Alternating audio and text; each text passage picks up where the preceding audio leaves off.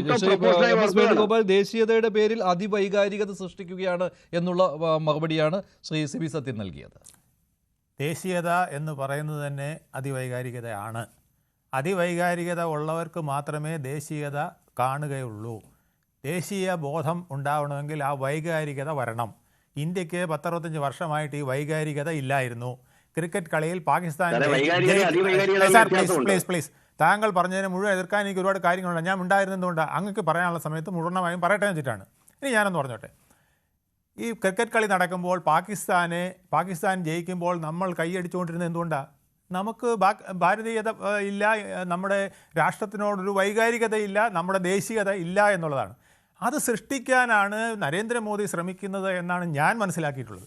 അതിനുവേണ്ടിയാണ് അദ്ദേഹം ഓരോ വിഷയത്തിലും അദ്ദേഹത്തിൻ്റെ കാഴ്ചപ്പാടിലുള്ള ദേശീയത അദ്ദേഹം പറയുന്നത്. നമുക്ക് വേണമെങ്കിൽ സ്വീകരിക്കാം, വേണ്ടെങ്കിൽ സ്വീകരിക്കേണ്ട. പക്ഷേ ഭൂരിഭാഗം ജനങ്ങളും അത്തരത്തിൽ സ്വീകരിക്കുന്നു എന്നുള്ളതാണ് നമ്മൾ കണ്ടുവരുന്നത്.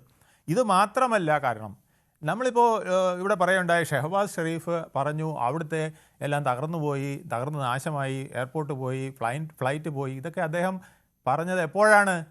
അദ്ദേഹത്തിന് വേൾഡ് ബാങ്കിൽ നിന്ന് ലോൺ കിട്ടേണ്ടതിന് തൊട്ട് മുമ്പാണ് പറഞ്ഞത്. ഈ ദുരവസ്ഥ പറഞ്ഞാലേ അവർക്ക് വല്ലതും കിട്ടുള്ളൂ. അതിനുവേണ്ടിയാണ് അവർ പറഞ്ഞത്. അതിനു മുമ്പ് അവർ പറഞ്ഞത് എന്താ? ഒന്നാന്തരം കാർട്ടൂൺ ഫിലിമുകൾ കാണിച്ചിട്ട് ഇതാണ് ഇന്ത്യയെ നമ്മൾ തകർത്തത്, ഇന്ത്യയുടെ ഫ്ലൈറ്റുകൾ ഇങ്ങനെയാണ് നമ്മൾ തകർത്തത് എന്ന് പറഞ്ഞുകൊണ്ടിരിക്കുകയല്ലായിരുന്നു. ഇനി ഷെഹബാസ് ഷെരീഫ് ഇങ്ങനെ പറഞ്ഞു എല്ലാം തകർന്നു എന്ന്. പക്ഷേ ഇന്ത്യയിലെ പ്രതിപക്ഷം അത് അംഗീകരിക്കുന്നില്ലല്ലോ. നമ്മുടെ പ്ലെയിൻ എത്ര തകർന്നു എന്നല്ലേ ചോദിക്കുന്നുള്ളൂ. അവിടെ ഇത്രയും തകർന്ന കാര്യം ഇതുവരെയും അംഗീകരിക്കുന്നില്ലല്ലോ. അപ്പോൾ ഈ വിധത്തിൽ നമ്മൾ പോകുന്നത് എന്തുകൊണ്ടാണ്?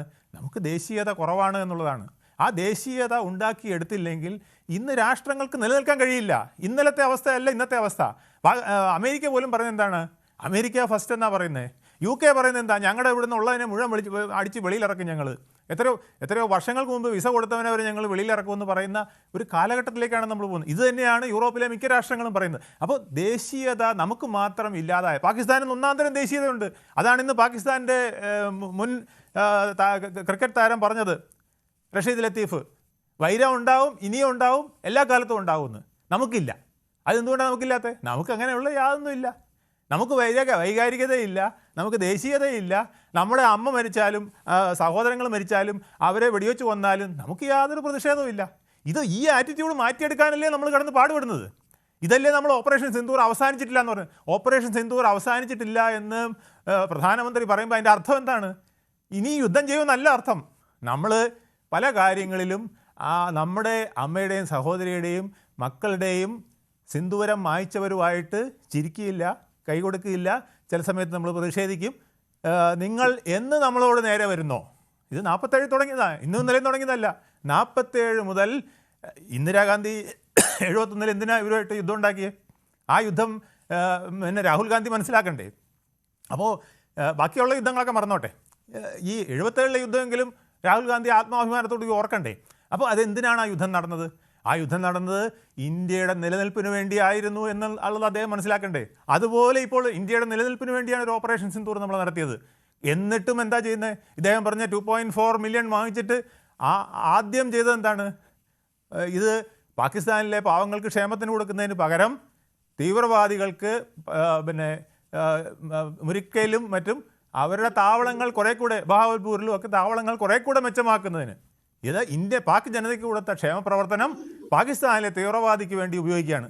അപ്പോഴും നമുക്ക് പ്രതിഷേധമില്ല, നമുക്ക് ദേശീയതയില്ല, നമുക്ക് യാതൊരു താല്പര്യവും ഇല്ല. അവരെന്ത് വേണോ ചെയ്തോട്ടെ, ഇനിയും വേണമെങ്കിൽ അടിച്ചോട്ടെ, നമ്മുടെ കുറേ പാകിസ്ഥാൻ പട്ടാളക്കാർ ചത്തോട്ടെ, നമ്മുടെ കുറേ അമ്മമാർ കണ്ണീര് കുടിച്ചോട്ടെ, അവരുടെ ഭർത്താക്കന്മാരെയും ഒക്കെ കൊന്നോട്ടെ എന്ന് പറയുന്ന രീതിയിലേക്ക് നമ്മൾ പോയാൽ എവിടെ ചെന്ന് നമ്മൾ അവസാനിക്കും? ഇതാണ് നമ്മുടെ പ്രശ്നം. ഇന്ന് ഓരോ രാഷ്ട്രങ്ങൾ, ഇന്ന് എന്തുകൊണ്ടാണ് ഇന്ത്യയെ ആളുകൾ എതിർക്കുന്നത്, മറ്റ് രാഷ്ട്രങ്ങൾ എതിർക്കുന്നത്? ഒറ്റ കാരണം കൊണ്ടാണ്. നമ്മൾ സാമ്പത്തിക ശക്തിയായി മാറിയിരിക്കുന്നു, നമ്മൾ പ്രതിരോധത്തിൽ ഒരു ശക്തിയായി മാറിയിരിക്കുന്നു.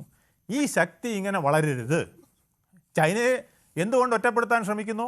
അതേ കാരണം തന്നെയാണ് ഇപ്പോൾ ഇന്ത്യയെ ഒറ്റപ്പെടുത്താൻ ശ്രമിക്കുന്നത്. റഷ്യ എന്തുകൊണ്ട് ഒറ്റപ്പെടുത്താൻ ശ്രമിക്കുന്നു? അതേ കാരണം കൊണ്ട് തന്നെയാണ് ഇന്ത്യയെ ഒറ്റപ്പെടുത്താൻ ശ്രമിക്കുന്നത്. ഈ ഒറ്റപ്പെടുത്തലുകൾ തീർച്ചയായിട്ടും ഉണ്ടാവും. എപ്പോൾ? നമ്മൾ ഒന്നാമനാകാൻ ശ്രമിക്കുമ്പോൾ. നമ്മൾ 12-ാമനും 15-ാമനും ഒക്കെ കിടക്കുമ്പോൾ അവർക്ക് യാതൊരു പ്രശ്നവുമില്ല. കാരണം ഇവൻ നമ്മുടെ കാൽ കീഴിൽ കിടന്നുകൊള്ളും, നമ്മളോട് യുദ്ധോപകരണങ്ങൾ വാങ്ങിച്ചോളും, നമ്മുടെ കൂടെ നിന്ന് നമ്മൾ പറയുന്നത് കേട്ട് ഓശാന പാടി നടന്നോളും എന്ന ബോധം അവർക്ക് അമേരിക്കയ്ക്കുണ്ട്, പാകിസ്ഥാനിനുണ്ട്. ഈ യൂറോപ്പിലെ മിക്ക രാഷ്ട്രങ്ങൾക്കും ഉണ്ട്. അതുകൊണ്ടാണ് ഇന്ത്യയെ എല്ലാ കാലത്തും ഇങ്ങനെ വെട്ടിക്കൊണ്ടിരിക്കുന്നത്. ഈ വെട്ടൽ അവസാനിപ്പിക്കണ്ടേ എന്നുള്ളതാണ്.